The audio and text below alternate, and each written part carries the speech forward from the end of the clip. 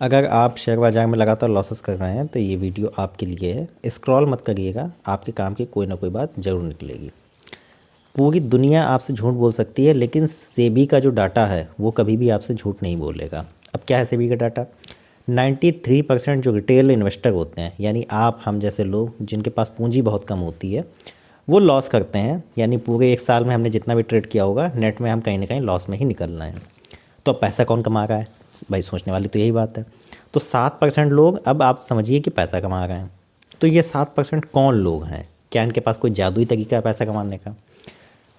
पूरे भारत में अगर आप अमीरों की संख्या देखेंगे, जिनके पास बहुत पैसा है, जो HNIs हैं, जो अल्ट्रा रिच क्लास में आते हैं, उनकी संख्या भी लगभग 5-6-7% के आसपास ही आपको भारत में दिखेगी।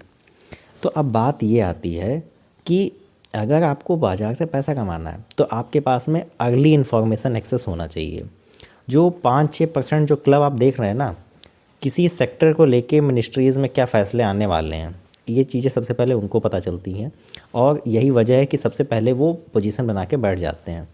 लास्ट जो लोकसभा के इलेक्शन हुए हैं, एक एग्जांपल दे रहा हूँ मैं आपको।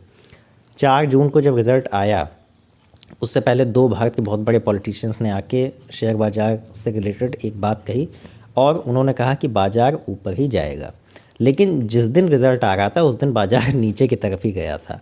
तो किस तरीके से मैनिपुलेशन होता है इन्फॉर्मेशन को लेके, और मिस इन्फॉर्मेशन से किस तरीके से पैसा कमाया जाता है। यानी आपको मिस इन्फॉर्म किया गया और उन्होंने इसके दूसरी तरफ पोजीशन बना रखी है, तो वो पैसा कमा के निकल जाते हैं। तो ये गेम जो होता है ना, इन्फॉर्मेशन का होता है।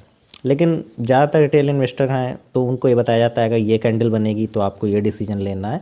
उसमें रिस्क बहुत ज़्यादा इन्वॉल्व रहता है, इसलिए जो कहीं ना कहीं रिटेल इन्वेस्टर्स के जो लॉसेस की जो नंबर है वो बहुत हाई रहता है हमेशा, है ना।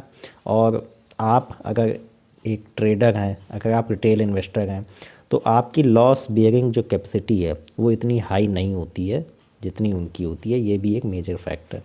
तो जो छोटे इन्वेस्टर हैं उनके लिए ज़्यादा अच्छा ये रहता है कि वो म्यूचुअल फंड या ETF में आप पैसे लगाते जाइए।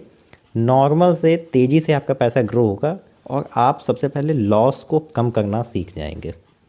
आई होप आपको जो पूरी इन्फॉर्मेशन कलेक्टिवली मैंने दी है पसंद आई होगी। अगर आपको इन्फॉर्मेशन पसंद आई हो तो इसे लाइक कर दीजिएगा, कमेंट करना ना भूलें।